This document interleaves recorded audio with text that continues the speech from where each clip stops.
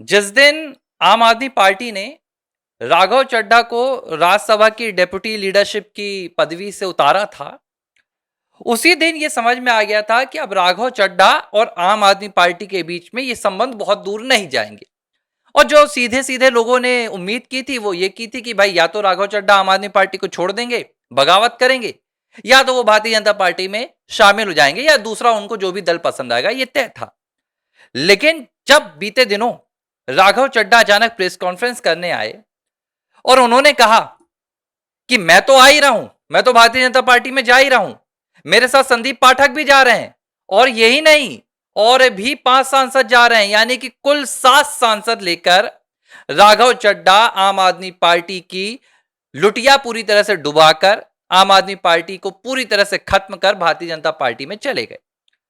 भाजपा में जाने के बाद संजय सिंह हो गए, अभिषेक मनु सिंघवी हो गए, ये तमाम अधिवक्ता नेता ये कहने लगे कि भाई ये जो विलय है, ये विलय कपिल सिब्बल ने भी कहा, वो तो कहे कि भाई पूरी तरह से अस्वीकार है ये विलय, क्योंकि पार्टी तय करती है कि विलय कौन करेगा, ये नेता तय नहीं कर सकता कि उसे इस पार्टी में जाना है। ये सब कुछ चलता रहा। आखिरकार राज्यसभा के उपराष्ट्रपति यानी कि सभापति सीपी राधाकृष्णन जी ने भी सातों के सातों सांसदों की जो विलय की अर्जी आई थी वो स्वीकार कर ली है, और अब इनकी जो भागीदारी है वो भारतीय जनता पार्टी में जुड़ गई है। खैर, मुद्दा ये नहीं है, ये मैं आपको थोड़ा सा इंट्रो दे रहा था कि आखिर अब तक क्या हुआ। ये तीनों चारों स्टेप हो गए। जिस तरह राघव चड्ढा की उम्मीद नहीं थी कि राघव चड्ढा इतनी बड़ी बगावत कर देंगे, इसका अंदाजा कहीं भी आम आदमी पार्टी को नहीं था, अरविंद केजरीवाल को नहीं था। उन्हें लग रहा था कि राघव जाएंगे तो जाएंगे, एक सांसद चले जाए, क्या फर्क पड़ता है भाई, कौन सी हमारी बहुत बड़ी मेजोरिटी है राज्यसभा में, या हमारी बहुत बड़ी मेजोरिटी है लोकसभा में, कौन सी हमारी सरकार गिर जाएगी, हल्के में लिया।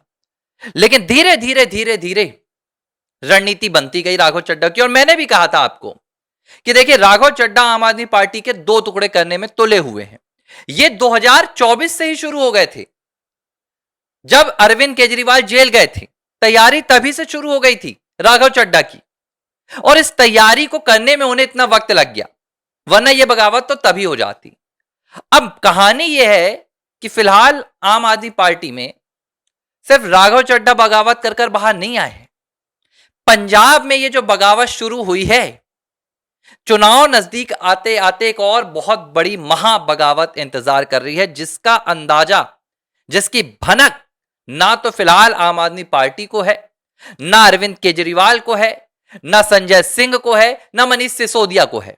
लेकिन केजरीवाल चिंतित जरूर है, और इसी चिंता में अरविंद केजरीवाल ने जब दिल्ली चुनाव में हार हुई तो अपने पर्सनल असिस्टेंट जो अभिनव थे उन्हें कहां भेज दिया, उन्हें पंजाब भेज दिया। पंजाब क्यों भेजा? पंजाब इसलिए भेजा ताकि वो पंजाब में निगरानी रख सके। धीरे धीरे मनीष सिसोदिया, इसके अलावा संजय सिंह, सब पंजाब में इन्वॉल्वमेंट इनका शुरू हो गया। ये सिर्फ इन्वॉल्वमेंट इसलिए नहीं शुरू हुआ कि अब इनकी सत्ता नहीं बची, बल्कि ये इन्वॉल्वमेंट इसलिए शुरू हुआ था पंजाब में क्योंकि अब पंजाब की जो सत्ता है वो भगवंत मान के हाथों से छीननी थी। बीच में खबरें भी निकल कर आई कि अरविंद केजरीवाल राज्यसभा जाएंगे, हालांकि बाद में वो नहीं गए। उन्होंने कहा कि भाई मैं राज्यसभा नहीं जाना चाहता हूं, मैं दिल्ली में राजनीति करूंगा। लेकिन अंदर ही अंदर कुछ ऐसी बातें निकल कर आ रही हैं जो बातें अरविंद केजरीवाल को शायद ना पता हो, या हो सकता है पता हो, उसे वो सुधारने में लगे हो, डैमेज कंट्रोल करने में लगे हो। जब राघव चड्ढा ने पार्टी छोड़ी तो सबसे पहले किसी ने प्रेस कॉन्फ्रेंस की तो आकर भगवंत मान ने की, और भगवंत मान ने कहा कि देखो मुझे खरीदने वाला अभी तक कोई पैदा नहीं हुआ, मुझे बीजेपी कभी नहीं खरीद सकती, मैं चुनौती देता हूं, अमित शाह नहीं खरीद सकते, बड़ी बड़ी बातें।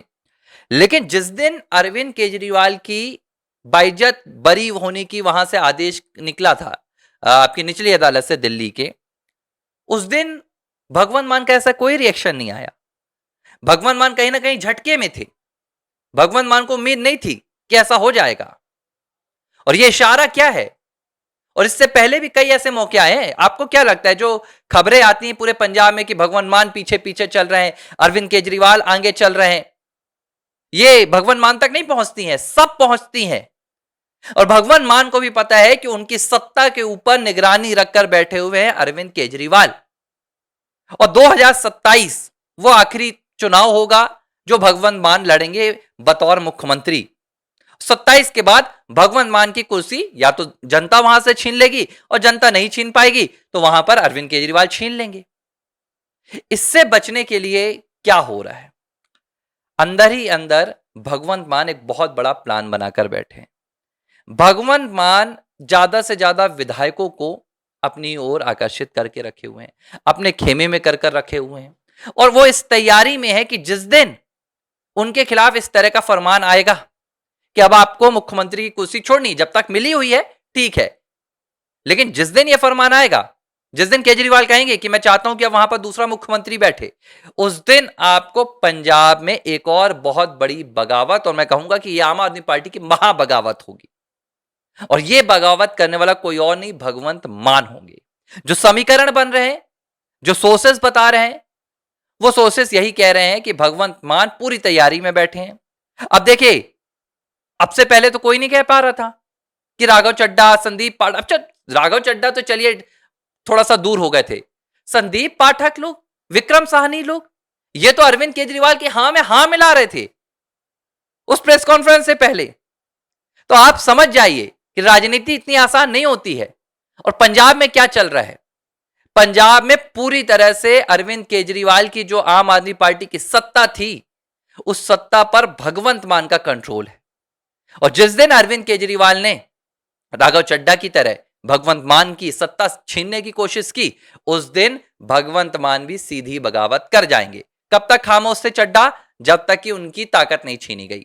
जिस दिन उनकी डिप्टी सीएम का, डिप्टी लीडर का पद छीना गया राज्यसभा का, जिस दिन उनका समय छीना गया, उसी दिन राघव चड्ढा ने बगावत कर ली। अब पंजाब की बारी है, पंजाब चुनाव करीब आएगा, और ये 6 महीने के पहले ही अरविंद केजरीवाल खेल खेलने का प्रयास करेंगे, जिसमें वो भगवंत मान को हटाकर दूसरा वहां पर अपना चेहरा बैठाना चाह रहे हैं। और इसी वक्त आप देखिएगा पंजाब की पूरी राजनीतिक जो समीकरण की कहानी है वो तब्दील हो जाएगी। एबीसी हिंदी पर ये जो मैं विश्लेषण लेकर आया, ये विश्लेषण उन रिपोर्ट्स पर आधारित होता है जहां हमारी टीम काम करती है। टीम हमारी रिपोर्ट्स भेजती है और उन रिपोर्ट्स का हम अध्ययन करते हैं, उसके बाद कोई खबर, कोई मुद्दा अब तक लेकर आते हैं। तो हमारी कोई भी जो वीडियो आती है वो व्यक्तिगत मेरी अपनी ओपिनियन नहीं होती है कि बस मैंने सोच लिया। हम आंकड़े जुटाते हैं, हम रिपोर्ट्स जुटाते हैं, उनका अध्ययन करते हैं, और उसके बाद हमें क्या उससे निकल कर आ रहा है, इन रिपोर्ट्स में क्या लिखा हुआ है, ये रिपोर्ट क्या कहेंगी, उसके आधार पर विश्लेषण करते हैं। इसलिए मैं कह रहा हूं कि आपको राजनीतिक खबरों के लिए, देश से जुड़े मुद्दों के लिए कहीं और जाने की जरूरत नहीं है। एबीसी हिंदी को सब्सक्राइब कर लीजिए। एबीसी हिंदी न्यूज, आज ही जुड़िए हर खबर के साथ।